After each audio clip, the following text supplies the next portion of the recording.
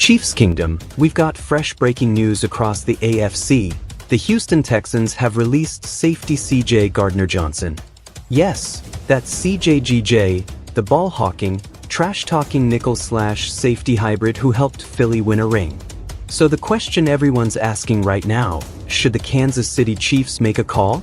We're diving into the fit, the cost, the locker room calculus, and what this could mean for a defense trying to stay championship caliber in 2025. Before we get rolling, quick reminder, we're on the road to 5,000 subs.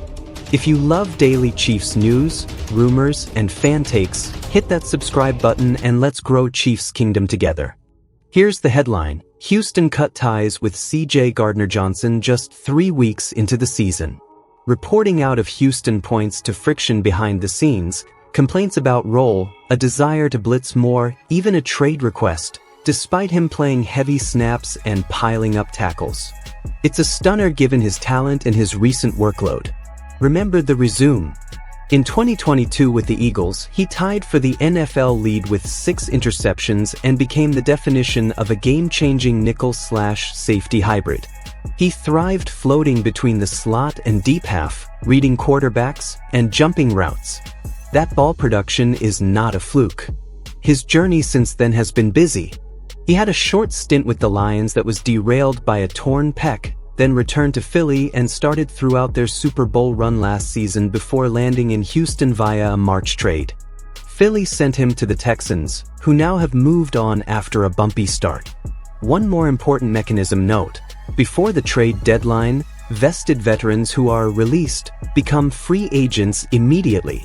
Translation: Gardner-Johnson can pick his spot. There's no waiver claim maze to navigate, at least not until the league hits the deadline. Let's frame this through a Chiefs lens.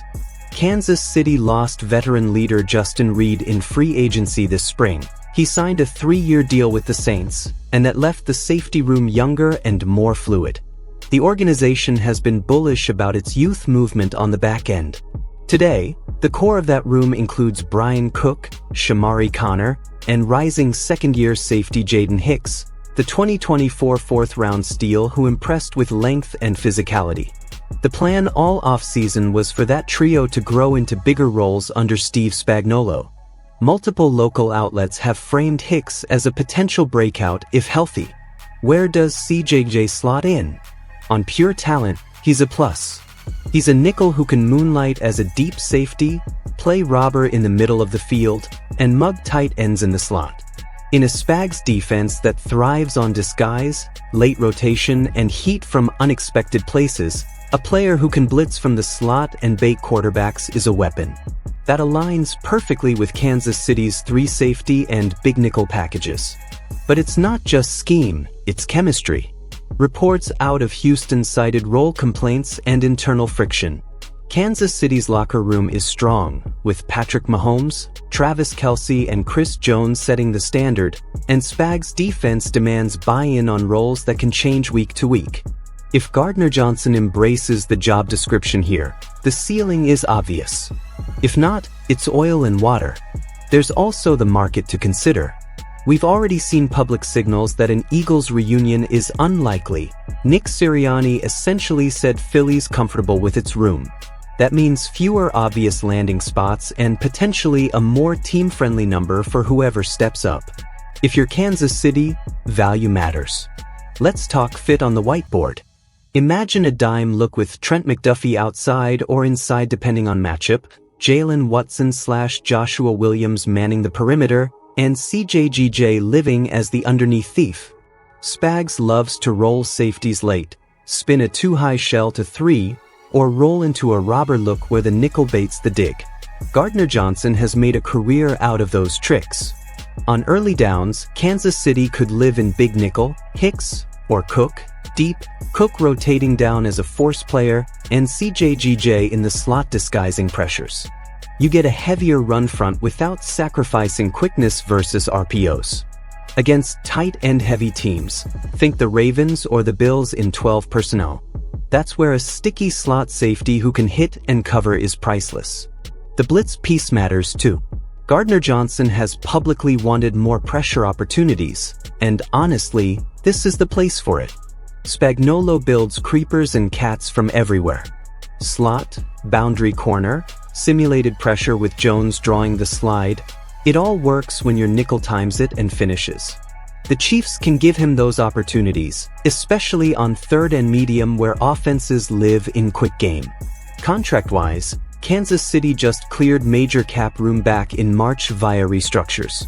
Brett Veach has repeatedly shown he can thread the needle with incentives and year-one cap hits that are tiny.